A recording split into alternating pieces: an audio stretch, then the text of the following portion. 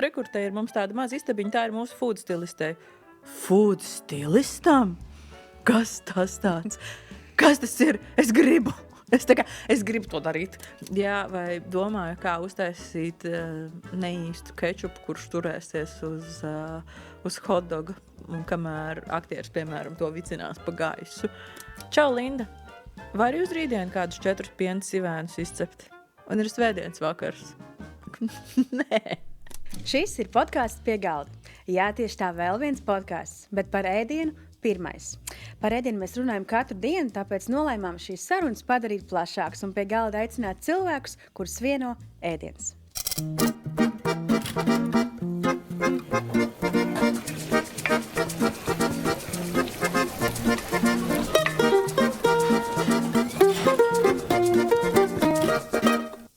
Šajā epizodē pie galda sēž cilvēks, kurš iespējams ēdienu pazīst vislabāk. Viņa zina, kā uztaisīt mākslīgu saldējumu, kā ēdienam izskatīties vislabāk, un zina, kas patiesībā slēpjas aiz garšīgajām reklāmām. Ēdienu stiliste Linda Vilmansone. Čau, Linda! Čau, Zane! Pirmais jautājums man būs, vai tu jau zināji, kas būs tavs profesionālais ceļš, vai tev tas viss vēl gāja tādos līkločos? Kur bija tavas domas pēc vidusskolas, kas es gribēšu būt, ko es gribēšu strādāt, darīt nākotnē pieaugušo dzīvē? Pastāst. Man bija ļoti daudz domas, jo man daudz kas interesēja, daudz kas padevās, un vidusskolā jau tu īsti nesaproti, ko varētu darīt. Nosacīt, tu drusciņi saproti, bet tās pat domu izvēles ir limitētas, jo mēs no agrām dienām, kad saskaramies ar sarunām par potenciālo profesiju vai jebko, mums parasti tiek prezentētas 5 līdz 10 standarta profesijas, kas ir ārsts, ugunsdzēsējs, saldējumu pārdevējs, kas mums tur vēl ir tāds. Pārsvarā visiem. Un pārsvarā tās ir šīs profesijas, un tad to arī tajā pusauģu un bērnu prātā operē no šīm pozīcijām. Un tad, kad tu iedomājies, ko tu varētu darīt, tu pat neiedomājies, ka tu varētu darīt kaut ko vairāk, kaut ko citu, interesantāku vai varbūt atbilstošāku tev. Un man šķiet, tā ir liela laime to saprast agri, kas ir piemērots tev, bet vienlaikus tas šķiet ļoti sarežģīti, bet ir arī ļoti vienkārši, jo, ja tu seko tam, kas tev ļoti, ļoti patīk, tu atradīsi to, kas tev ir jādara, kas tev sanāk vislabāk. Un pēc vidusskolas es apsvēru studēt mārketingu, žurnālistiku un sabiedriskās attiecības.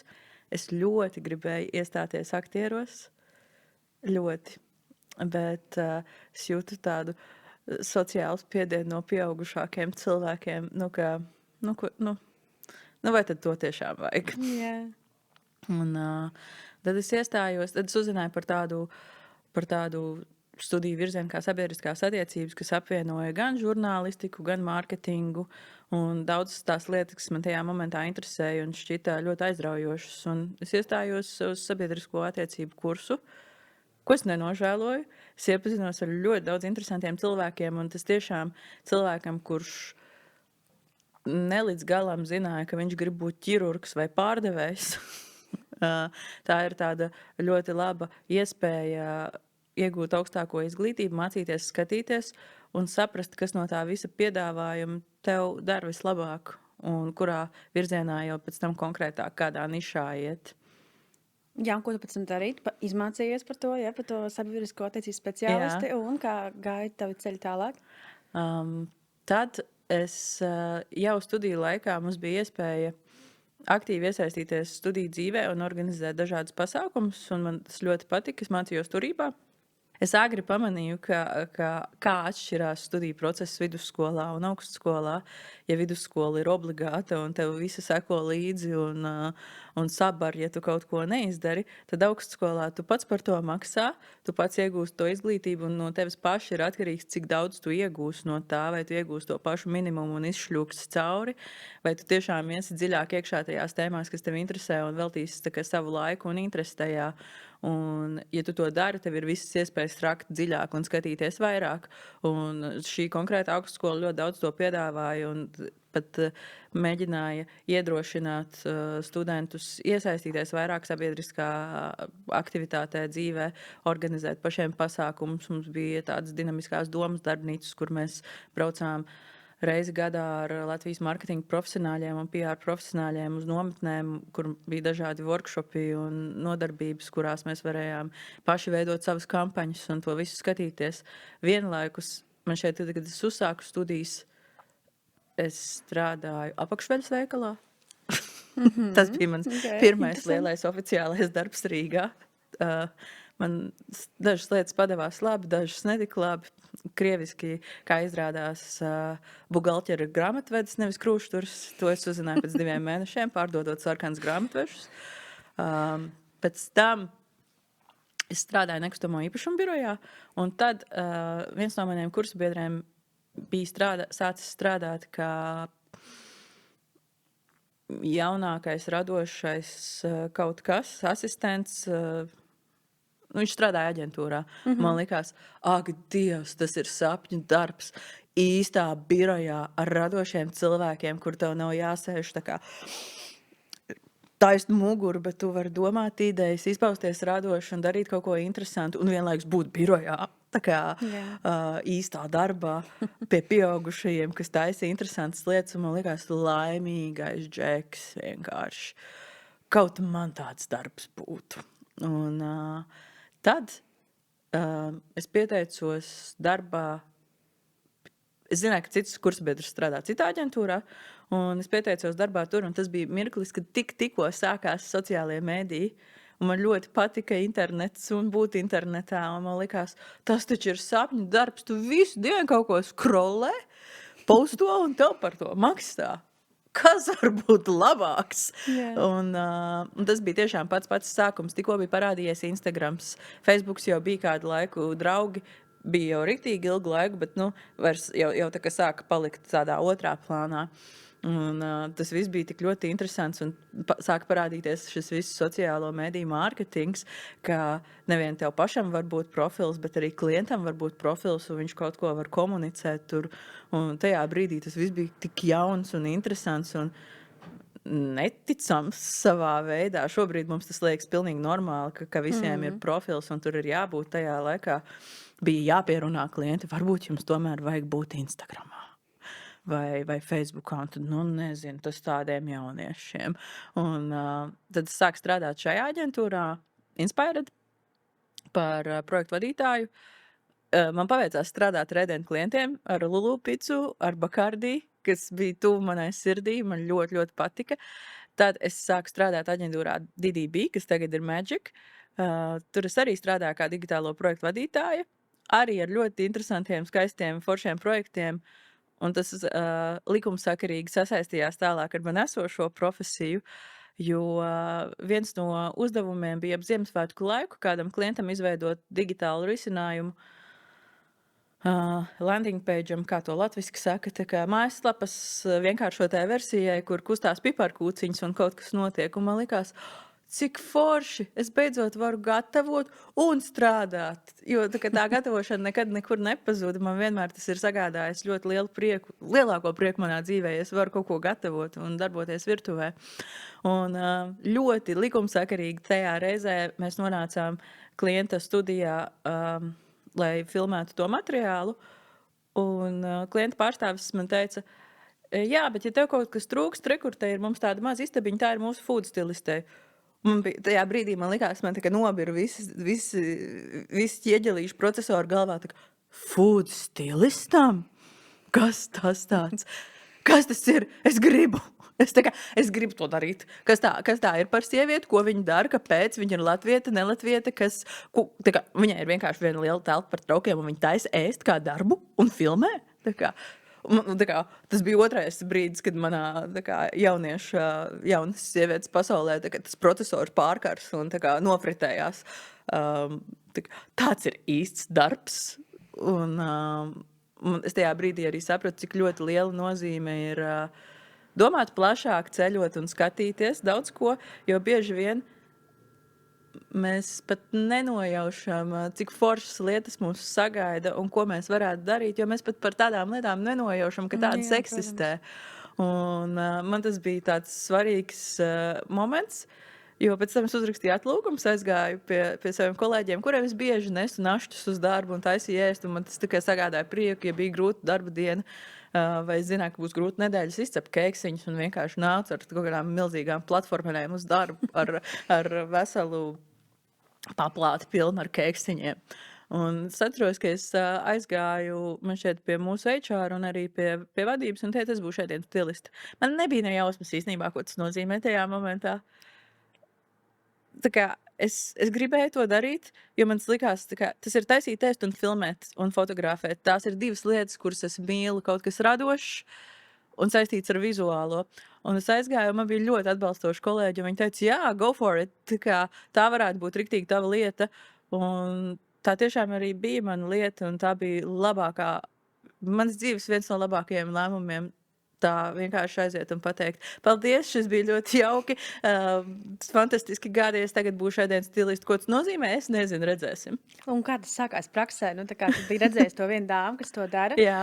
Bet Latvijā, tā bija Latvija? Tā kā, vai tas bija? Viņa bija Latvieta, jā. Ok, tad tas jau bija noticis šeit. Bet, principā, es domāju, tajā laikā neviens baigi par to nezināja, jo mēs par to jau tagad runājam. Es domāju, ļoti daudz tā kā šādu vārdu salikumu ēdienu stilists dzirdēs pirmo reizi. Tad varam iedomāties, kāds bija pirms dažiem gadiem. Dažiem 10, 15. Vēl labāk 15 gadiem. Nu, tad kā tas sākās? Ko tu reāli darīji? Tu saki, tu aizgāji prom no darba un Googlē rakstīji ēdienu stilists, tā kā kur Arī strādā? es neteikšu, ka es daudz palīdzēju, jo tā kā tie Nav, bija jā. divi vārdi, kas nenozīmē neko latviešu Googlē, bet es sapratu, ka kaut kas man ir jādara, man vienkārši ir jādodās ēdiena virzienā, un es pieteicos vienā restorānā par pavāru. Un tā kā bija darba intervija, cilvēks otrā pusē arī bija gan radošs personība, un viņš teica, Linda, es redzu, ka tu nebūsi cilvēks, kas nāks katru rītu 6 kapāt gurķus. Tu vienkārši to nazas sienā iebliezīs vienā brīdī. Saku, taisīs pasākums. Saku, labi, taisīšu pasākums ar ēdienu, jā, taisam. Un tur atkal man bija iespēja pirmo reizi pamēģināt noproducēt un uztaisīt pasākumu, kas bija street food tirdziņš. Un arī tā bija lieta, kas tajā laikā bija ļoti jauna, nepierasta un neparasta, jo man šķiet, latviešu mentalitātei bieži ir tā sajūta, ka gribas sacensties un tā kā tu neiesi ieteikt pie kaimiņa, iet nopirkt maizi, ja tev nav maize, bet tu drīzāk pats izdomāsi, kā pārdot vairāk sviestu. Bet bieži vien, diemžēl tā ir, bet tas ir mainījies gadu laikā un paliek tikai labāk, un mēs lepojamies un priecājamies ar mūsu konkurentu un kolēģu veikto arī. Un tā bija iespēja salikt kopā dažādus tirgotājus un uztaisīt skaistu pasākumu. Un es to sāku darīt. Man šeit itin labi izdevās. Es satiku arī fantastiski interesantus cilvēkus. Bija ļoti skaisti un sirsnīgi pasākumi. Un tad vienā no šiem pasākumiem es iepazinos ar Annu Pannu. Un es par viņu nezināju, man šķiet, pirms tam. Bet organizatori teica, ir tāda meitene, kas cep kūkus, mums viņu vajag tajā pasākumā, viņa forša. Un es domāju, ja jau forša, tad forša, labi. Sazinājos ar viņu, viņa tiešām bija ļoti forša. Viņa pārdeva kūciņas, un es caur Annu iepazinos ar tādu Māru Poli, jo viņas kopā gatavoja, man šķiet, arī kaut kādus ēdienus, viņas bija saistīts ar ēdienu, ja nemaldos, viņas tajā laikā arī taisīja kāzām ēst dažām, un mēs sadraudzējāmies. Un tajā laikā es tagad domāju, kā tas viss salikās chronoloģiski kopā. Vai Anna jau bija, vai ne Anna bija pēc tam? Kurš bija pirmais piegaldā? Tas ir jautājums. Jo tālāk tas stāsts veda uz piegaldu, jo man kaut kas ieteica, ka ir tāds žurnāls. Es zināju, ka ir tāds žurnāls. Bija vēl viens cits žurnāls, uz kuru es tēmēju tajā laikā. Es vienkārši izskatīju iespējas, kā tas būtu vienkārši aiziet un pateikt sveiki, man šo ļoti, ļoti gribas darīt, vai jūs esat gatavi ar mani pamēģināt un kopā mācīties. Un abi piekrita, bet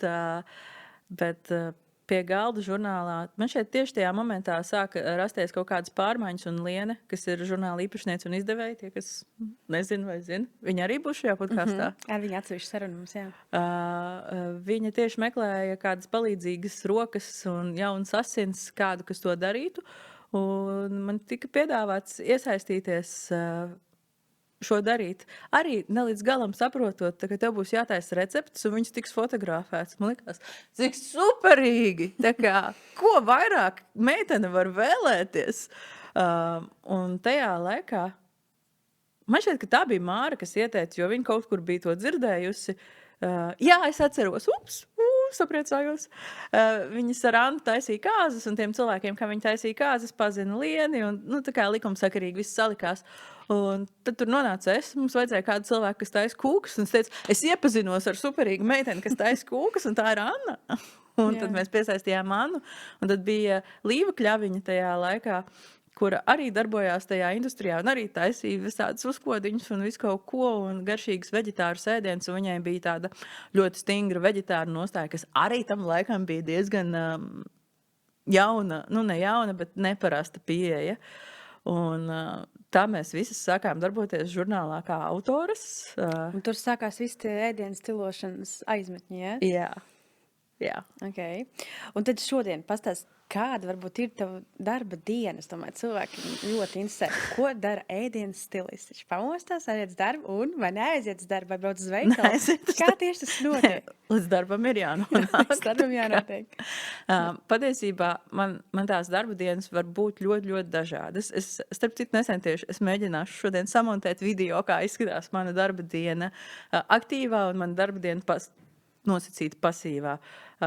Es varētu iedalīt savu darbu 3 vai 4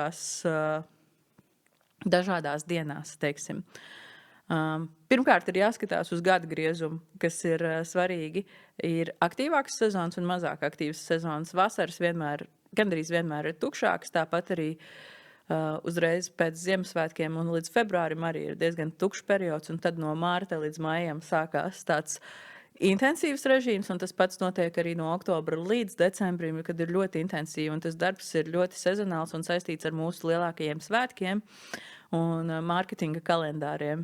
Jo, ja mārketingā mēs plānojam Ziemassvētkus, Valentīna dienu, mātes dienu, Lieldienas, Jāņus, tad es zinu, tie ir tie laiki apmēram mēnesi pirms, kad man ienāks lielākas kampaņas, jo es lielākoties strādāju uz komerciāliem projektiem, kas ir produktu, veikalu reklāmas. Gan fotografētas, gan filmētas. Tātad darba dienas mēdz būt ļoti, ļoti atšķirīgas, ļoti neparastas šad tad. Un katra reize, kad es dodos uz darbu, man šķiet, ka es jau visu zinu, tā kā es apmēram paredzu, bet es vienlaikus sevī paredzu arī to, ka neko nevar paredzēt. Viss var mainīties. Teiksim, man šķiet, ka ir jāsadala 2 daļās. Vienmēr pirms fotosesijas vai filmēšanās ir sagatavošanas diena. Tas nav tā, ka es aizbraucu un sāku strādāt. Vienmēr pirms tam ir... Tas viss sākās ar pieprasījumu no producenta vai klienta. Sveiki, mums ir fotosesija vai filmēšana. Vai tu šajā datumā tiec? Tā ir pirmā daļa. Tālāk man tiek atsūtīts darba uzdevums, kur ir sīkāk aprakstīts produkts, kampaņas mērķis, ko mēs tieši gribam un kā panākt. Un tad parasti ir viena vai vairākas sarunas ar radošo komandu. Ja tā ir filmēšana, tad tas ir režisors, operators, producents, klients, kur mēs izrunājam līdz detaļām storyboardu. Storyboards ir pirms reklāmas filmēšanas tāds grafisks plāns pa kadram, ko mēs gribam nofilmēt. Ja tā ir fotosesija, tad arī ir līdzīga saruna, kas ir tas mērķis, kur šīs bildes tiks izmantotas, kāds formāts un tā tālāk. Tā ir viena daļa, kas parasti ierakstās manā pasīvajā darba dienā. Tad tālāk dienu vai dažas dienas pirms filmēšanas vai fotosesijas atkarībā, cik specifiskas ir vēlmes, es dodos šopingā un rekvizītu meklējumos, kas ideālā gadījumā tev ir daudz laika un daudz naudas. Realitātē tev parasti nav laika un ir ierobežoti līdzekļi, kurus tu vari tam veltīt. Un tad nosacīti pasīvā darba diena pirms filmēšanas vai fotosesijas man paiet visu dienu iepērkoties. Es apbraukāju vai trauku veikalus vai pārtikas veikalus, meklējot, piemēram, klientiem specifiskus Lolo Rosso salātus. Jo tie ir, piemēram, konkrētā burgerī, viņi ir jāizmanto, tu nedrīkst izmantot neko citu, jo tas ir viņu receptūrā, bet šos konkrētos salātus klients pats piegādāt nevar, vai arī tikko pagājušajā nedēļā man bija gadījums, ka ir jātaisa gaileņu ēdiens, un gailenēm ir jābūt skaistām, svaigām un Ak, Dievs. brīnišķīgām. Un tad tu sēdi un domā, kādi tev ir varianti, vai tu vari tās pasūtīt kaut kur, tā kā īstas vai saldētas. Miljoni, jā, droši vien Jā, nesazvanā. bet kas ir arī svarīga lieta, ko es ar laiku esmu iemācījusies savā darbā, es agrāk kautrējos teikt, ka tas varētu būt dārgi vai tā, un tad pēc tam pats ieberzies, ka klients ir šokā, ka viņš pieprasa, bet nav tā, kā vajag, un tad ir ļoti svarīgi visu laiku komunicēt un informēt, ka jā, gandrīz viss ir iespējams, tiešām gandrīz viss ir iespējams, bet tas attiecīgi maksā, jo tas ir jo tuvāks termiņš ir, kad mēs filmējam, jo būs dārgāk un sarežģītāk to sadabūt. Ja tā ir nesezona, kad mēs to filmējam šobrīd, es jums pateikšu godīgi, nevar dabūt gailenes, ja jūs esat bijuši mežā, tas būs sarežģīti. Un arī no citām valstīm pasūtīt, tas prasa laiku, un citreiz arī tas vienkārši fiziski nav iespējams, jo viņas neaug. Tā ir specifiska lieta. Es esmu krāsojusi jāņogas ar pūšamo krāsu, lai tās izskatās pēc upenēm fotosesijai. Tev ir jāieslēdz ļoti daudz radošas lietas. Šī ir mana pasīvā darba diena, kuru es pavadu aktīvi domājot, kā iziet no situācijām, lai nodrošinātu to, ko klients vēlās. Un es tajā dienā varu sagatavot pirkumu sarakstu, aizbraukt uz veikaliem, savākt visu, kas nepieciešams, sakārtot nākamajai dienai, ideālā gadījumā aizvest jau uz studiju un saprast, ko vajag un kas būs nepieciešams. Tas ir pēc saraksta. Un tad jau filmēšanas vai fotosesijas dienā tās ir arī divas drusku dažādas, līdzīgas, bet dažādas pasaules. Fotosesijas dienā es ar visām tiem mantām braucu uz fotostudiju. Parasti arī pati gatavoju tos ēdienus. Man ir diezgan striktas instrukcijas, ja tie ir produkti, kurus tiek pārdoti, kuriem jau ir receptūra. Mazāk striktas instrukcijas ir produktiem, kas ir produkts kā, es nezinu, sieras, desa vai kaut kas tāds, tad man ļauj vairāk izpausties. Ja tā ir filmēšanas diena, tad parasti tiek organizēts komandas busiņš, kur ir ļoti precīzs laiks, cikos ko savāc. Tad tiek atsūtīts transporta lists, savākšanas lists, call sheets, kas ir dienas kadru plāns. Tev savāc noteiktā laikā ar komandas busiņu nogādā filmēšanas laukumā, tad man parasti ir kaut kādas stunda, divas, lai sagatavotos pirmajam kadram. Sveicu visas sagatavas, izrunāju ar režisoru, kas būs nepieciešams, izrunāju ar operatoru kādu, piemēram,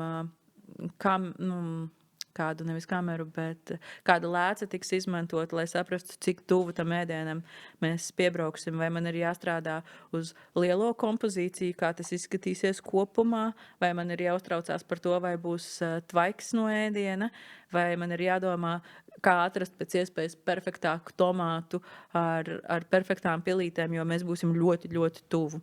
Izklausās, ka tur jāzina ļoti daudz arī tehniskās nianses, vai ne? Kā tiks tas materiāls veidots. Jo tas nav vienkārši uztaisīt smuku ēdienu, tad tā kā iedod, un tad tālāk, tā kā jūs tiekat galā paši, es savu darbiņu esmu izdarījusi. Tas Tāds nekad īsti tā nenotiek, nav. vai ne? Nē.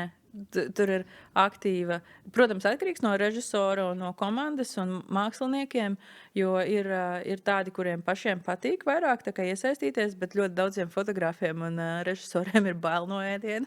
Viņi baidās pieskarties, kaut ko sabojāt un tā. Labāk tu. Labāk tu. Un arī ir otra lieta, lai dabūtu to perfekto, skaisto kadru, ir vairāk piegājieni, kurus mēs saucam par reset. Katru reizi, kad mēs teiksim, gribam izbērt skaisti rīsus slow motionā, kā viņi skaisti tur dancos mūzikas pavadībā.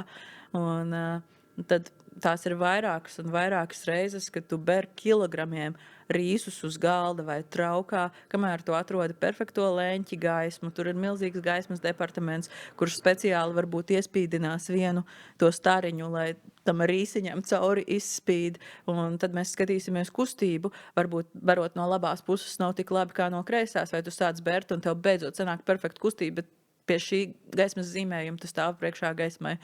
Un tu vari tā kā 10, 20 reižu mest ārā rīsus, noslaucīt perfekti galdu, nopulēt, lai nav neviena drupačiņa, un darīt to atkal un atkal un atkal.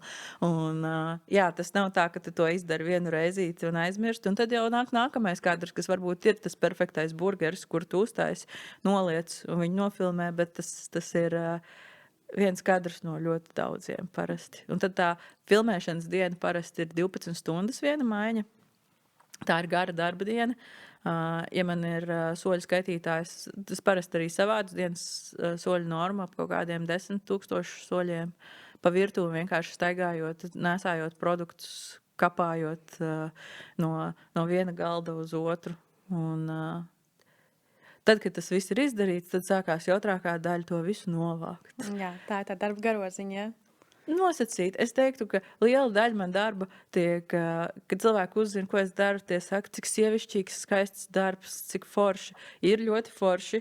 Bieži, es nezinu, iespējams, tas ir arī sievišķīgi. Es nezinu, kas ar to tiek domāts, bet apmēram, kādi 40 līdz 60% mana darba ir stibīt un nest kastes un maisus no vienas vietas uz otru vai pavadīt stundām veikalā, meklējot priekš katalogiem vai kaut kā cita īsto vīnu pudeli, kas ir tā kā jāieliek bildē.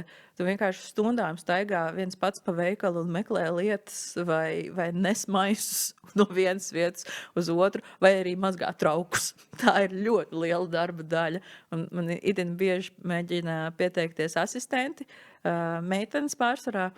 Un, man šķiet, ka liela daļa cilvēku nesaprot, ka tas asistenta darbs ļoti vienmuļš varētu būt. Vienkārši padod tomātus, nomazgā kartupeļus, nomizo kartupeļus, savāc virtuvi. Kā asistentam tas nav. Un tev ir bijuši tādi asistenti, jā? Jā, man ir. Un tad kāda ir bijusi tā viņa reakcija, tā kā jā, šis joprojām ir mans sapņu darbs, vai tā kā, šito es vairs negribu darīt? Ir bijušas dažādas reakcijas. Man ir bijuši studenti, kas to ļoti grib darīt, un tad pēc 5 stundām es redzu, ka tas cilvēks vienkārši tā kā lēnām tādā čupiņā izkūst un saka, man ātri vajag šo, jo atkarībā no tās filmēšanas dinamikas, ātruma un kadru daudzumu, un tas ir ļoti prasīgs darbs, gan fiziski, gan mentāli, ir visu laiku jāpielāgojās izmaiņām, kaut kādām pārmaiņām. Otra lieta, kas ir smieklīga, arī ļoti liela daļa man darba paiet vienkārši tupot uz ceļiem kaut kur un gaidot komentārus. Un tas tā kā dienas beigās, sākumā liekas smieklīgi, bet dienas beigās tu saproti, tev vajag ceļu sargus un tev sāp muguru ceļu un viss pārējais, jo tu esi tupējis visu dienu. Un tad man ir bijušas kā meitene, kas pēc pāris stundām, kurai es jautāju, atnes lūdzu man šo vai to, ātri vajag nomazgāt. Saka, ja godīgi, es gribu bišķiņu pagulēt. Un tu saproti, jā, tā ir. Tā ir, bet tad arī nav baigā jēga no tāda asistenta. Bet man ir bijuši arī fantastiski, superīgi asistenti, kuri ļoti ātri notver laukumu, saprot, kas notiek, un no pusvārda man saprot, vai pat vispār man nav jāsaka, un tā lieta, ko man vajag, jau man ir tuvumā. Bieži vien ir jānes arī smagas lietas, tāpēc man ļoti patīk puišu asistenti, bet meiteņu asistenti kaut kā viņas vairāk domā uz priekšu un ir vienkāršāk tajā kontekstā, ka viņas paredz lietas, kas varētu vajadzēt. Ar vīriešu kārtas asistentiem man bieži ir tā kā jāpasako līdzi un jāsaka konkrētas lietas, kas man vajag. Un tas atkal aizņem vietu galvā un laikā.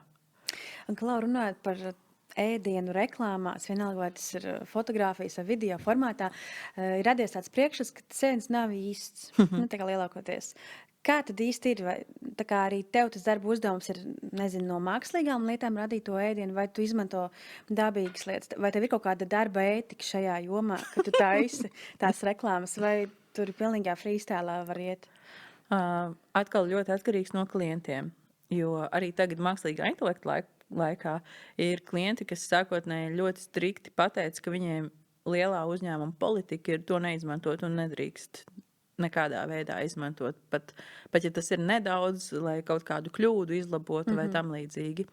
Tāpat ir ar produktu lietošanu. Ļoti daudziem klientiem, ja viņiem ir apstiprināti globāli tie produkti, un tas ir starptautisks klients, viņiem ir ļoti svarīgi izmantot precīzi viņu produktus, un tur nevar mānīties vai darīt kaut ko citu. Bet citreiz ir reklāmas, kur, piemēram, mēs reklamēsim maizi, bet, lai maizi skaisti parādītu, vajag sviestu, citas sastāvdaļas, un ar tām es drīkstu brīvi spēlēties, jo tas nav galvenais aktieris. Man ir svarīgi, lai galvenais aktieris izskatās labi un īsti. Un tas ir ļoti atkarīgs no klienta un viņu ētikas un nosacījumiem. Bet es izmantoju dažādus līdzekļus, lai uzlabotu ēdienu izskatu, bet pēc tam šis ēdiens nav ēdams. Jo tas nav noslēpums, ka šī profesija ietver ļoti lielu food waste. Un tas ir skumīgi, bēdīgi, bet ja mēs gribam tos ārkārtīgi garšīgos, skaistos kadrus un to pussekundi, kur burvīgi līst kāds dzirkstošs dzēriens, tur visticamāk ir aizgājuši kādi 10 litri šī dzēriena, lai to izdarītu. Un tas nav cilvēku konģos, bet izlietnēs vai kaut kur citur, vai ne? Tieši tā. Vai arī, ja mēs gribam vienu perfektu izceptu oliņu, tās ir kādas 2 kastītes ar oliņām. Protams, tu vari izcept perfekti, bet ja mēs pēkšņi gribēsim viņu apmest vai kustināt, tas ēdiens pirmkārt tiek ļoti daudz reizes aiztikts un mainīts. Gaismas ir karstas nereti, un ēdiens ātrāk apkalst, maina savu struktūru, krāsu. Un tad, pirmkārt, lai nebūtu tik daudz jāizlieto šis ēdiens, es to daru. Piemēram, lietojam matu laku uz maizītēm burvīgi. Tā kā bulciņām nav nekas labāks par matu laku. Jo tā iedod tādu spīdumu, ka tās ir tikko izņemtas no krāsnes, tādas viegli spīdīgas un foršas. Un ir daudz dažādi tie ēdienu stilista triki, kurus tu izmanto, lai mazliet uzlabotu to ēdienu izskatu, bet, diemžēl, tas sabojā to līdz neēdamam stāvoklim. Bet es jūtos mierā ar to, jo es zinu, ka tādā veidā es izmantoju nevis 10 tās bulciņas, bet 5 varbūt tam kadram. Bet tur arī katru reizi pirms filmēšanām, fotosesijām nespēju iedomāties, cik daudz skaistuma konkursus es esmu novadījusi bulciņām, garnelēm, gailenēm. Kad tu ej cauri, un tu pat dzīvē neesi iedomājies, kāda izskatās skaista gailene. Kādai ir jābūt perfektai gailenei, lai viņa tā kā iedarētos kadrā. Vai, nezinu, tad, kad tu mājās cep vistu cepeti, tas smaržo ir garšīgs un skaists, bet tad, kad viņš nonāk uz galda, kur ir no visām pusēm gaismas un cilvēki, tev pēkšņi liekas, ak, Dievs, cik krunkaini piedegus āda, viņa vienmēr tā izskatījās. Un tad nākās piekrāsot, piepacelt, sabīdīt tā, lai tas izskatās labi un garšīgi, jo mums ir dotas pāris sekundes, kad to ēdienu parādītu, viņam ir jāizskatās perfekti. Vai arī gluži otrādi, ja tā ir fotosesija, tas būs outdoors, kā latviski, vidas reklāma. Ja tā būs vidas reklāma un cilvēks stāvēs pieturā, viņš skatīsies uz to ēdienu kādas 5 minūtes līdz mazākai detaļai, un tur visam jābūt perfektam. Jā. Bet bildē liekas vieglāk, tu vari kaut ko pēc tam ar Photoshop tur izlabot. Var.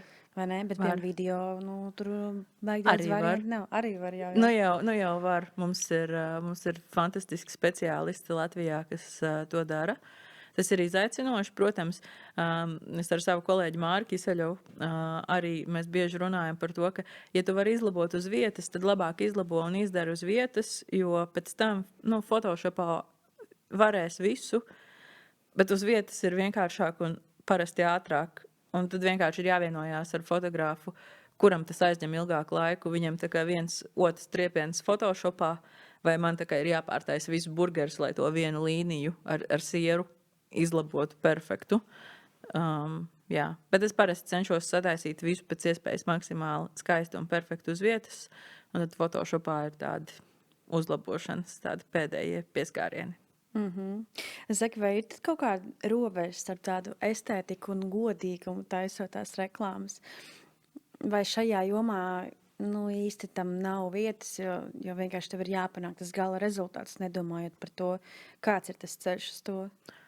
Es par godīgumu šajā kontekstā domāju maz, bet es neesmu vienīgā, kas ir iesaistīta, jo parasti fotosesijās ir iesaistīta radošā komanda. Fotogrāfs, es, radošais direktors, dizaineris un divas ļoti, ļoti svarīgas komponentes no klienta pārdošanas daļa un mārketinga daļa. Un ja mārketinga daļa būs tā, kas teiks, tā ir pēc iespējas skaistāk, labāk, lai mums tā kā viss super pārdodās, pārdošanas daļa atkal teiks, bet noteiktajās robežās, ja mums maizītē ir 2 sieru šķēles, mēs neliekam vairāk. Tu vari to šķēli pārgriezt uz pusēm un kaut kā ielikt, bet mēs nedrīkstam manīties, jo pēc tam mums būs jādiskutē ar neapmierinātiem klientiem, kur skatīsies uz bildēm un teiks, bet kāpēc tur ir 3 tomātu šķēles un man ir tikai 1?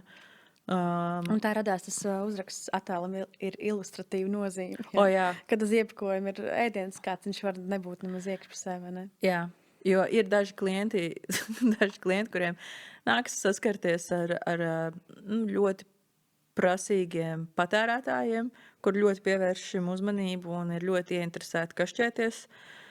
Tās ir atsevišķas specifiskas industrijas, kuriem tā kā vairāk ar to nākas saskarties, un lai viņiem ikdienā viņu pārdošanas daļai nebūtu šīs problēmas visu laiku ar neapmierinātiem klientiem, tad ir jāspēj atrast to balansu, lai uztaisītu šo ēdienu skaistu, estētisku, atbilstoši receptūrai, bet lai tas nav pārāk skaists un izskaistināts, un tajā nav lietas, kas tur absolūti neiedarās vai nav paredzētas, un arī tā kā ir pareizajos apjomos, jo es nevaru uztaisīt laša frapu, kurš sastāv tikai no laša, un tad cilvēks saņems īsto ēdienu, un tur būs tāda maza strēmelīte.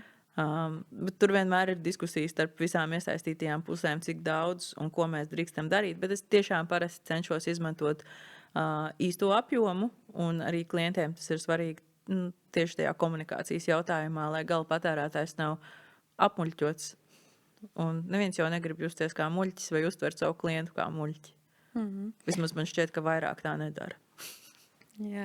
Saki, vai ir kaut kādi produkti, kas, tu zini, strādās vienmēr kameras priekšā, kas tā kā izskatīsies vienmēr ļoti labi un kas vienmēr izstās slikti, un kad tu uzzini, ka tev būs jāfilmē vai jāfočē šis, tu zini, šis būs ļoti traki. Jā. Kas ir tie produkti, lūdzu, mums interesē? Kas vienmēr izstās labi un kas vienmēr izstās slikti? Es nevarētu teikt, ka slikti obligāti, bet man ir ļoti grūti strādāt ar hotdogiem, jo viņiem ir specifiska forma. Tiem hotdogiem ir specifiska forma, kas ir cilindriska. Cilvēkiem ir laba iztēle. Un strādājot ar hotdogiem un dažādām cilindriskas formas sēdieniem, vienā brīdī fotosesijā, tīpaši, ja tā ir fotosesija, kur ir daudz šie ēdieni, sāk parādīties dažādi jautri komentāri. Un tajā brīdī, kad tu sāc redzēt kaut ko, tu vairs nevari atredzēt, un tā kā tu vairs nespēji salikt labu kompozīciju, jo tev visur rādās tas, kas tur nav. Un otra lieta ar hotdogiem, ka parasti hotdogs garšīgas padara tās mērcītes, un tās mērcītes ir tas izaicinošākais, jo klienti grib perfektu riņķīti vai perfektu zigzagu, bet tas kečups, piemēram, ir ļoti šķidrs, vai majonēze ir ļoti bieza vai ar kunkulīšiem. Un tad gan es zinu vienkārši, ka tā diena būs ļoti nervus prasoša, ļoti pacietību trenējoša, kas ir ļoti interesanti, jo es esmu cilvēks, kam ir ļoti īsa pacietība. Man bērnībā ir riebās rokdarbi, visādi sadīšanas. Un tagad es atopos un pati par sevi smejos, ka es pinu timijānu lapu vainadziņus ar pinceti un superlīmi un sēžu vienkārši stundām sakupuši muguru un līmēju kaut ko vai atlasu skaistāko sēnīti vai domāju, kā uztaisīt neīstu kečupu, kurš turēsies uz hotdoga, un kamēr aktieris, piemēram, to vicinās pa gaisu. Tas ir ļoti, ļoti interesanti, un tas ir tieši tas, ko es gribēju. Es nenožēloju, bet tiešām tas citreiz trenē pacietību. Vēl man nepārāk patīk strādāt ar dzērieniem, piemēram, alu vai dzirkstošiem dzērieniem, jo es to varu izdarīt ļoti labi, bet tas ir arī, es zinu, ka tās dienas būs grūtas, jo tas nozīmē, ka ir jābūt līdzi visajiem iespējamiem tīrīšanas līdzekļiem, jo glāzēm ir jābūt kristāli dzidrām parasti. visiem, katram alus ražotājiem ir noteikumi, cik biezas drīkst būt alus putas pašā augšpusē, vai tās ir 1,2 centimetri vai 1,5, vai tām ir, vai to perfektā konsistence ir tāda kā bārdas putām, vai ar vairāk burbulīšiem, vai ar mazāk. Un tad īstā krāsa, lai atbilst, un tad tev ir arī jānotur tās putas kādu laiku, un tie visi ieteikumi no 5 Minute Crafts un viss šitā ir pilnīgs sūds. Tu nevari lietot bārdas putas, jo bārdas putām daudz iesaka vienkārši uzpūst bārdas Jā. putas un neizskatīsies, jo alus putām ir pilnīgi cita konsistence, Tekstūra, jā. cita tekstūra, un bārdas putas ir tādā drusku zilganā krāsā, viņas ir nedabiski baltas. Alus putām tomēr ir tāds dzeltenumiņš, un tad man līdzi vienmēr darba somā ir arī ēdienu krāsas pie vajadzības, un sojas mērķis ir vienkārši arī viens no labākajiem palīgiem, kas vienmēr man ir līdzi ar rotām un visu pārējo, lai var ātri piekrāsot un piedzīt krāsu, jo produktam var dzīvē būt, teiksim, krāsa tāda zeltaina, bet tajā brīdī, kad tu ieslēdz ļoti spožu gaismu un lampas, viņa pēkšņi izskatās gan arī bezkrāsaina, gaišu dzeltenu. Un tad tev ir it kā jāmānās, lai uz Lai vietas parādītu tā to krāsa īstenību, vai ne? izskatītos tā, kā tā izskatās dzīvē. Tās ir tādas divas lietas, kas ir parasti man ir tāda, labi, tiksim galā. Pelmeņi arī nav ļoti pateicīgs produkts, ar ko strādāt. Nav bijis bieži, bet ir izaicinoši, jo tas ir tāds mīkls klumputs, un ja tu nedrīkst neko likt klāt, tad ir ļoti grūti izdomāt, kā to pelmeni padarīt skaisti, jo tas ir mīkls klumputs. Un kas izstās labi vienmēr?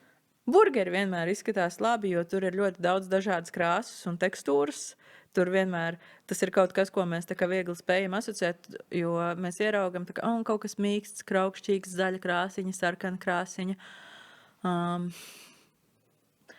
Viens no pieprasītākajiem produktiem manā karjerā, kur tā kā es taisu visu laiku, ir vistas cepetis. Man ir tāds noteikts četrinieks, ja ar mani sazinās uz reklāmu, kurā būs ēdiens, kas parasti ir Ziemassvētku reklāmas arī, jo tur tā kā ir tas Ziemassvētku galds, un tad ir tādi 4 priekšnosacījumi, kurus es jau zinu no galvas, kad pie manis atnāk, man saka, mums būs Ziemassvētku reklāma. Es saku, jā, labi. Es zinu, pirmkārt viņi prasīs milzīgu lielu cepeti galdu vidū, kas parasti ir vista, un ir jābūt perfekti izceptai vistai. Viņi nekad nav izcepta. Starp citu, tā ir reāla vista, kas tur nokrāsota, Okay. lai izskatītos labi. Otra lieta, mums būs 6 cilvēku ģimene, un parasti tā ir mamma, tētis, Ignais opītis, jautrā omīte, Edžī tīnis, tāds dusmīgais tīnis un mazais mīlīgais bērdiņš. Tā ir mūsu Ziemassvētku ģimene vienmēr. Un tad mums ir viena tāda ļoti skaista reference, un tā reference gan arī vienmēr ir no ārzemju sviesta brands Lurpak.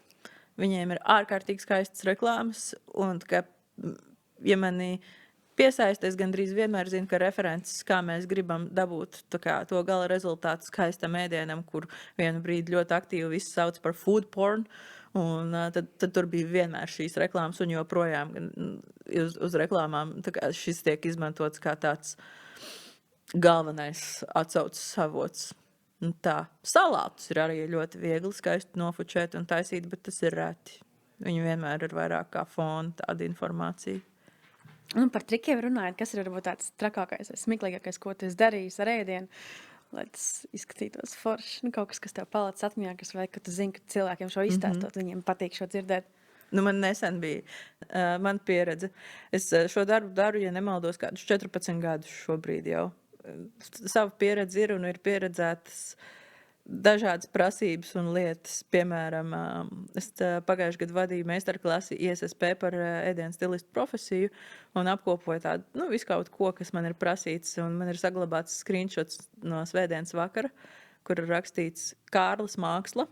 Saglabāts Kārlis no mākslas departamenta, jo man ir ļoti cieši jāsadarbojas ar mākslas departamentu uz filmēšanām. Mākslas departaments ir tie, kas atlasīs galdu, fonu, augus, pilnīgi visu, lai iekārtotu vidi. Viņi bieži vien strādā arī ar ēdienu, un viņi ir ļoti laimīgi, ja viņiem tas nav jādara, un ir kāds cits, kas paņem rūpi par to. Un tā tad viņi zina, ka es to daru, man pienāk WhatsApp ziņa. Čau, Linda! Var jūs rītdien kādus 4 piena sivēnus izcept? Un ir svētdienas vakars. Es saku, nē, noteikti, nē. Labi, cūku galvas. Nē, es negribu, nē. Un tādi ļoti dīvaini, neparasti piedāvājumi ienāk ik pa laikam, bet man šķiet visu, kas jebkad man dzīvē ir prasīts, es pārspēju pirms pāris nedēļām. Es nācu ārā no sporta zāles, es redzu, ka man zvana producente, ar kuras esmu strādājusi. Viņa saka, čau, Linda, mums ļoti vajag tavu palīdzību, jo specifektu departaments aizņemts, mākslas departaments aizņemts un make-up departaments aizņemts. Runāja ar režisoru, un viņš teica, ka šis ir food style departamentā. Es saku, jā, kas tas ir? Kāda tev ir pieredze ar vēmekļiem un zemdībām? Nu, vēmekļus es vēl saprastu, tas varētu būt tavs departaments pievilkts tā, bet dzemdības galīgi nē. Tur bija tāda interesanta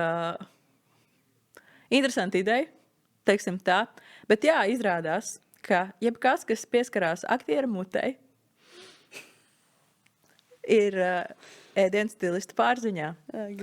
Un ēdienu stilistam ir jāparūpējās, lai tas ir ēdams un lai tas izskatās kadrātā, kā tam ir jāizskatās. Lai tas ir ēdams? To bija vēmekļi jāpat ar ēdami? Jā. Jo padomā, tajā brīdī, kad tas notiek, aktierim ir jātēlo. Un viņam ir tā kā aktīvi jātēlo, ka kaut kas nāk ārā no viņa mutes. Tas, protams, tā kā aktiera dēļ, tas nevar būt pretīgs, jo viņam ar to ir jāstrādā. Jā. Un tu, protams, nedosi viņam speciāli riebīgas lietas, jo visticamāk tas nenotiks vienu reizi. Tur būs vairāki teiki, viens, otrs, un arī tas, ko es iepriekš teicu, ka izdari satīri. Un es biju šokāta tajā brīdī, bet es biju arī ļoti priecīga sēdēt un domāt, ko es varu uztaisīt, kas liek.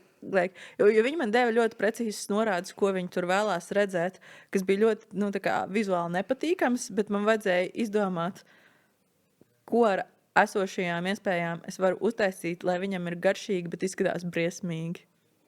Un mēs panācām fantastisku rezultātu. Tas izskatījās ļoti realistiski, un tas garšoja pēc vaniļas un ķiršiem. Varētu būt garšīgākais vēmiens, kas varētu būt. Iespējams. Bet es līdz šim tiešām arī nebiju aizdomājusies, ka man varētu prasīt sagatavot vēmekļus. Bet jā, tas bija garšīgs, normāla lieta, un izrādās, ka vecais labais ķīsels bija labākais risinājums. Jo ļoti daudz filmas, kur cilvēki vēm, tad visās tajās filmās, visticamāk, taču tas viss, kadrums ir ēdams. Tur atkarībā no tās lomas sadalas to var darīt specifektu departaments, bet jā, tas noteikti, tas ir ēdams, tas nedrīkst būt indīgs, pretīgs. Man ir bijušas arī filmas, kur Invisible Fight bija tāds igauņu un latviešu filmas kopražojums, ārkārtīgi jauka forša filma par mūkiem 70. gados, un viņiem ir milzīgs galds, kur viņi ēd tādas ļoti vienkāršas pusdienas ar zupiņu, kartupeļiem, zivtiņu, un tad viņiem saldēja arī starp citu ķīsels bija ar kaut ko. Un tur ļoti precīzas prasības, bet viens mūks ir tāds īpaši neparasts, un viņam patīk visu ēdienu jaukt kopā, tā kā kadrā. Un man tas ēdiens ir jāuzstāž ļoti nesmuks. Tad sēd un domā, kā smuki uztaisīt nesmuku ēdienu. Tāds tā kā smadzenēm vienkārši mežģis visu laiku. Jā. Nu, tas nav droši vien tas, par ko cilvēki aizdomājās, izdarot vārdu ēdienu stilists, vai ne? Es tā domāju. Man par šo ir arī komiski gadījumi, kad 2 reizes ir gadījies pārsvarā medicīnas personālu, kad vienu reizi es izsaucu ātro palīdzības, bija ļoti slima. Un es esmu ātrās palīdzības busiņā, un man daktarīte prasa aizpildīt to anketu. Profesija, ēdienu stilists. Īstu. Un saku, man jau tā ir slikta, tā ir īsta profesija. Nav. Īstu darbu. Nu, tev jāizdomā variants spēj, ko teikt. Viņa saka, labi, es rakstu pavāru. Kurā restorānā? Es saku, es nestrādāju restorānā. Tā kā rakstat pašnodarbinātais. Tas nav darbs. Tā saruna bija ļoti smieklīga. Viņa palika dusmīga, jo viņa domāja, ka es viņu čakarēju un izdomāju vienkārši savā trakumā kaut kādu darbu. Un tad cits gadījums man bija pie zobārstes, kur laboja zobiņus un teica, tev tagad 2 stundas jāpastaigā, pēc tam nāc pie manis atpakaļ, mēs turpināsim. Es saku, labi, es tepat aiziešu kaut kur pastrādāt. Un viņa saka, kā? Viņa drusciņi zināja, ko es daru. Tu vari iet jebkur strādāt? Es saku, nu jā, jebkurā kafēnīcā es aiziešu, pēc tam būšu atpakaļ. Un tevi tā laiž iekšā? Es saku, nu jā, kā visus, kāpēc lai nelaistu? Un viņi bija izdomājusi, ka es strādāju par pavāru, un es varu iet jebkurā kafēnīcas virtuvē un kaut ko pašmorēt un nākt atpakaļ. Bet tā bija mana pasīvā darba diena, kurā es vienkārši būtu atbildējusi uz ēpastiem vai veikusi izpēti. Jo izpētes veikšana arī, starp citu, ir ļoti interesanta lieta, jo nereti ir vēsturiskas filmas. Un, piemēram, es piedalījos kā ēdienas stilists filmā Sisī, kur rādīja RTL, daudz sēriju filmu. Un tas notiek viss, ja nemaldos, 17. gadsimtā. Un parasti ir piesaistīti vēsturnieki, kuri izpēta līdz mazākajai detaļai, ko, lai filma būtu vēsturiski akurāta. Citreiz tā izpēta man ir jāveic pašai, ko tajā laikā ēda Austro-Ungārijas prinči, kas varēja tā kā būt, kā izskatīties, vai arī citreiz man tiek iedots krāsu kods, pie kuram man ir jāsako, lai liels, skaists galds, bet visam ir jābūt sarkanam. Un es, piemēram, automātiski, kad es esmu veikalā, tā ir arī tāda food stilistu lieta, es vienmēr iemetīšu kaut kādus pētersiļus, ķirštomātus, kas izskatās labi, un viņus vienmēr kaut kur varēs pielikt. Un es sāku likt to galdu, un es pēkšņi domāju, paga. 17. gadsimtā interesanti, vai ķirštomāti bija jau selekcionēti. Un sāku googlēt un noskaidroju, ka nē. Es nedrīkst likt ķirštomātus uz galda tajā filmā, jo viņi neeksistē tajā laikā. Un tad sanāk, paliekam arī tā profesija tev aizved arī uz citiem atzariem, uz ķīmiju, kuras būtu gribējis mācīties labāk skolā. Šobrīd tā noderētu, vai arī uz kaut kādiem vēsturiskiem vai bioloģiskiem novirzieniem, kur tev visu laiku jāpatur prātā, vai tas tiešām tā ir, vai drīkst būt. Es laikā aizpeldu no taviem jautājumiem. Mēs tagad aizpeldēsim uz drusku citu tēmu. Tu esi ļoti foršu saturu radi Instagramā un gan par ēdienu, gan ne par ēdienu. Un daudz seko līdz tavām aktualitātēm. Un es gribēju prasīt, vai tu tā mērķtiecīgi esi to gājis? Tas ir mērķi arī parādīt to savu profesiju vairāk, vai tas vienkārši for fun? Tas ir for fun, jo, kā jau es teicu, tad, kad es sāku vispār pieaugušo dzīvi un darbu, tie sociālajie mediji tikko parādījās, un man bija ļoti interesanti, un man patika. Un es atceros, ka tolaik bija cilvēki un draugi un paziņas, kas teica, šodien ēd to, kam tas interesē, kāds sakars. Tā kā, kāpēc ir jāliek, ko tu ēdi? Jā. Un tā kā 2013. gadā tas bija cringe. Tāds, kāpēc? Tagad to dara ļoti daudzi, un tā ir tā kā daļa no dienas. Bet nē, es to nesāku un nedarīju ar mērķi parādīt savu profesiju. Un patiesībā es teiktu, ka ilgus gadus es diezgan maz no tā arī rādīju, jo bieži vien ir arī problēma, ka tā kampaņa, tad, kad tu to filmē, tā ies gaisā parasti pēc 2 mēnešiem, pēc mēneša, un tu nedrīkst rādīt, lai neparādītu kādu sensitīvu informāciju par klientu, un tas ir arī kaut kas tāds, kas vienmēr jāpatur prātā, ka tu saskaņo ar visiem iesaistītajiem vai klientiem, vai tu drīkst vispār publicēt, jo ir bijušas filmēšanas, kur ir ļoti stingri arī pēc reklāmas publicēšanas, es nedrīkstu rādīt neko behind the scenes. Tāpēc es agrāk vispār to pat nedarīju, jo tas nebija atļauts, un pēc tam, kad jau tā reklāma iznāk, tev tā liekas, tas bija tik sen, vairs jau nevienam tāpat neinteresēs. Bet nē, es savu Instagramu neradīju ar nolūku parādīt aizkulises. Man vienkārši patika dalīties ar receptēm un jokiem, un es tikai pēdējā laikā varbūt tā bišķi apzinātāk sāku kaut ko tur darīt. Un es esmu novērojis, jo vairāk es par to piedomāju un apzinātāk daru, jo man šeit mazāk cilvēkiem interesē un patīk, jo cilvēkiem patīk tāda jokošanās, īstas situācijas, un man vislielāko engagementu un kā to sauc, reakcijas ir raisījuši raisījušas tās publikācijas, kurās es vienkārši ļoti atklāti nekautrējos no savas muļķības komiskām situācijām savā ikdienā un rādu lietas, kas varbūt pat nav saistītas ar ēdienu, bet ar kaut kādu tādu, sadzīviskām klapatām. Profesionālā joma tā kā palīdz vai tieši traucē tavām personīgiem attiecībām ar ēdienu, vienalga kādas tās būtu? Es neteiktu, ka man ir vienkāršas attiecības ar ēdienu. Tās ir sarežģītas bieži vien, jo, ja tu visu dienu strādā ar ēdienu un skaties uz ēdienu, tu vakarā vairs negribi skatīties uz to pašu ēdienu. Man ir bijuši periodi, kad darba un ēdienu ir bijis tik daudz, ka tev neko no tā vairs negribās, nekas nesaista. Ir slinkums gatavot, ir slinkums mazgāt traukus un par to domāt. Un tad bija tāds periods, ka es visu laiku pasūtīju ēdienu tikai ar piegādu uz mājām. Vienīgais, ko es ēdu, bija suši. Man ļoti garšoši suši. Un es visu dienu varēju gatavot viskaistākos, garšīgākos ēdienus. Un ja tie ēdieni nav sabojāti, bet tie ir aiztikti ar pirkstiem visu dienu, tu tos nedrīkst, protams, sūtīt atpakaļ klientam vai kādam dot, bet pats izmantot tos tu drīkst, un nereti paliek pāri, un tu vari tos paņemt uz mājām. Bet interesi tev par viņiem ir 0, jo vienā momentā es sapratu, ka es uz to ēdienu skatos savā ziņā kā uz rekvizītu.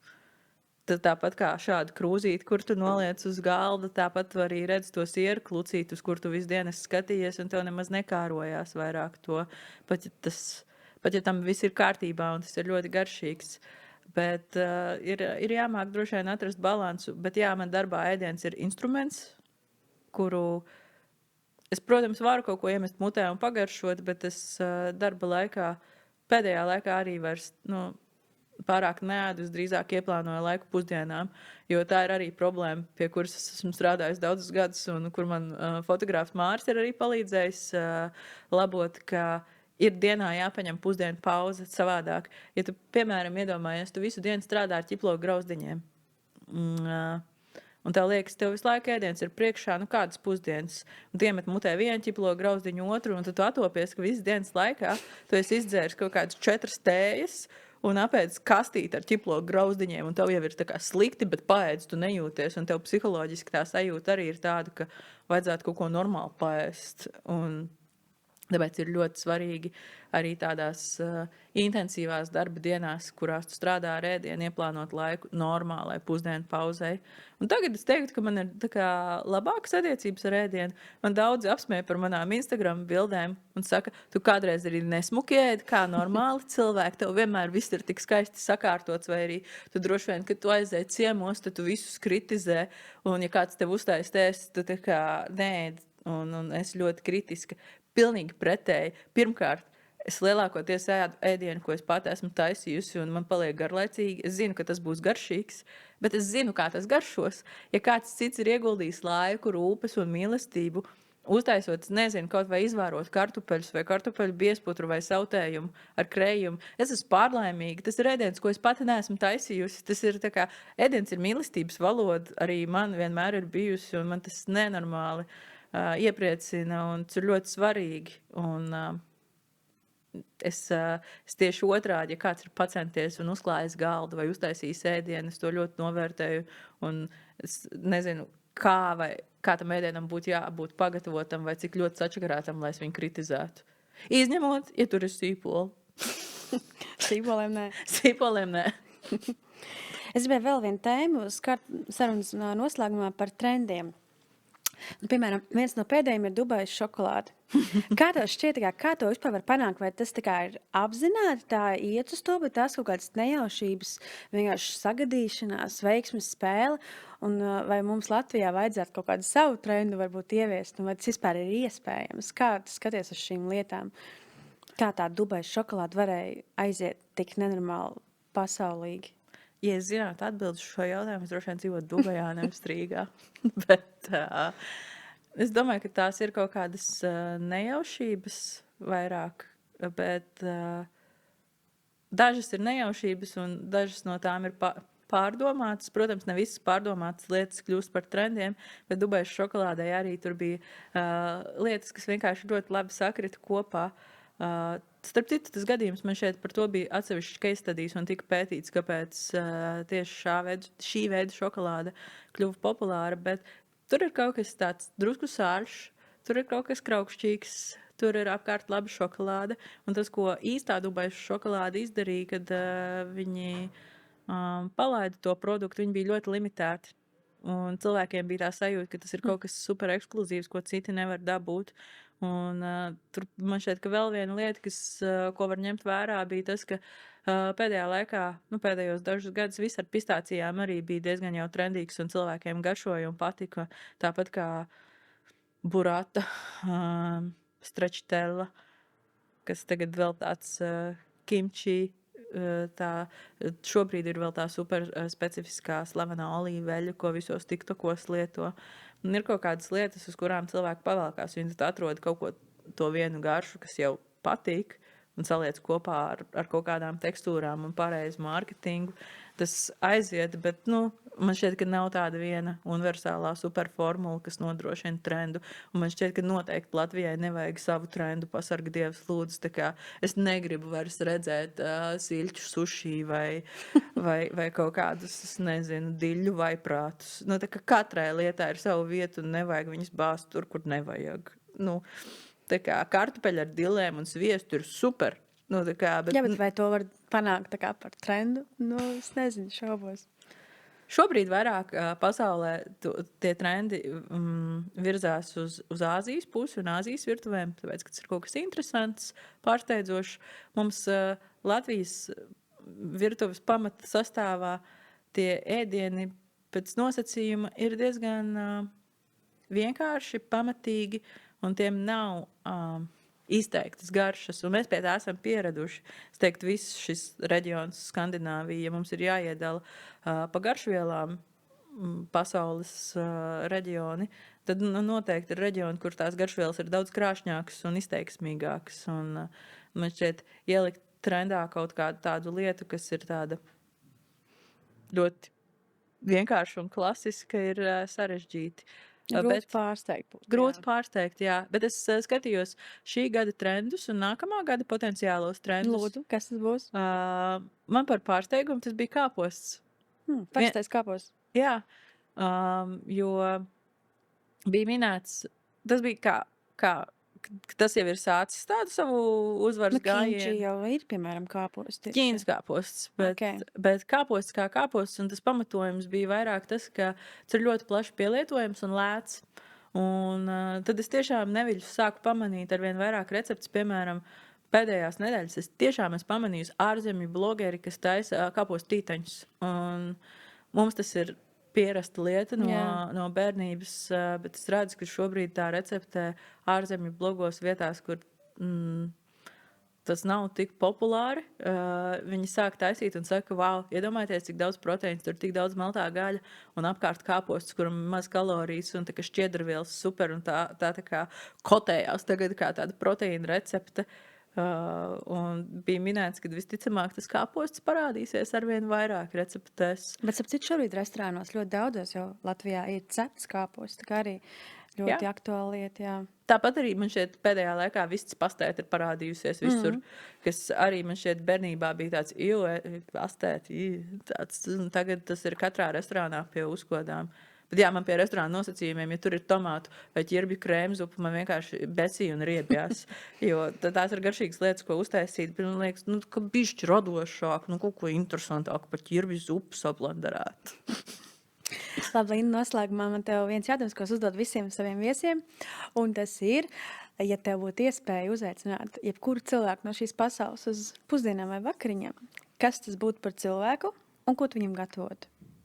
Es gribētu uzaicināt uz pusdienām Džanu Jamānu, kurš ir turku aktieris, kuru es pamanīju pirms daudziem gadiem skatoties turku melodrāmas, jo es tādas skatos šeit tad. Viņš ļoti pievilcīgs vīrietis, un tajā filmā, seriālā, es atceros, ka es tajā dienā tīrīju māju, un kaut kādas muļķības iet, un es apsēžos, Un es saprotu, ka es pusstundu jau sēžu un blenžu ekrānā. Pēc brīža mans bijušais vīrs iet garām un saka, ko tu skaties? Kaut kādas muļķības. Un es pamanu, ka paiet 5 minūtes, un viņš tieši tāpat sēž un skatās ekrānā. Un ko es viņam pagatavotu? Es domāju, ka es vislabprātāk aizvestu viņu uz Vidzemes tirgu, iztaigātu tirgu un paskatītos, kas ir tā kā sezonāls un aktuāls no vietējiem labumiem. Un kaut ko noimprovizētu no tā, kas tajā brīdī ir visgaršīgākais un foršākais šajā brīdī Latvijā. Man ļoti patīk ārzemju cilvēkus, un ne tikai ārzemju cilvēkus, pārsteigt ar vietējiem tomātiem un to dažādību, cik tie var būt garšīgi, interesanti un dažādi. Un es uztaisītu kaut kādu baziliku vai pētersiļu eļļiņu klāt, jo arī tie mūsu zaļumi ir superīgi, un kādu garšīgu sāli. Un tad atrastu vēl kaut ko, kas ir tāds interesants un forši pieejams tirgu, kaut ko no Cidonijām. Un varbūt arī vienkārši tomātu un gurķu salāts ar krējumu, jo Tā ir krējums klasika. ir superīgs. Super, es domāju, viņš būtu pārlaimīgs par tādām pusdienām vai vakariņām. Linda, es teikšu paldies par šo sarunu. Es domāju, daudziem bija ļoti interesanti klausīties par to, kas notiek ēdienas stilistu pasaulē un uz ko iet šī visa pasaule. Tāpēc es tev dāvināšu kaut ko praktiskākām darba dienām un harmoniskākām dienām mājās. Lūdzu. Paldies! Es gribu pastīties. Jā, droši. Jā, beidzot kāds aptvērt. Šis ir ļoti labi. Man šie visu laiku plīst. Nu, re. Šis ir Tev ir tiešām, mats šis ir, strāds. tā kā jūs neticēsiet, bet šis ir mans darba instruments. Es tā sajūtu, ka tas varētu Tas būt ir unīgs. tiešām ļoti bieži mans darba instruments. Un ja vēl izskatās tā kā tavā tēmā, tad man liekas, Tas ir pavisam ļoti labi. manā tēmā. Un svecīgi. Un es esmu Un pasties kāds nosaukums, kāds maržīgi. Rarhab pie. Lai pavasaris ātrāk nākt uz mūsu mājām, tad lai to smaržo pēc rabarbaru pīrāga. Man draudzene sauc par svecenīti, jo man visu laiku ir svecīts. Paldies, tās vecinīt par šo sarunu. Pak. Tiekamies citās epizodēs vai citos šovos vai citos projektos. Un lai tev viss izdodas. Paldies tev! Tev arī. Čau!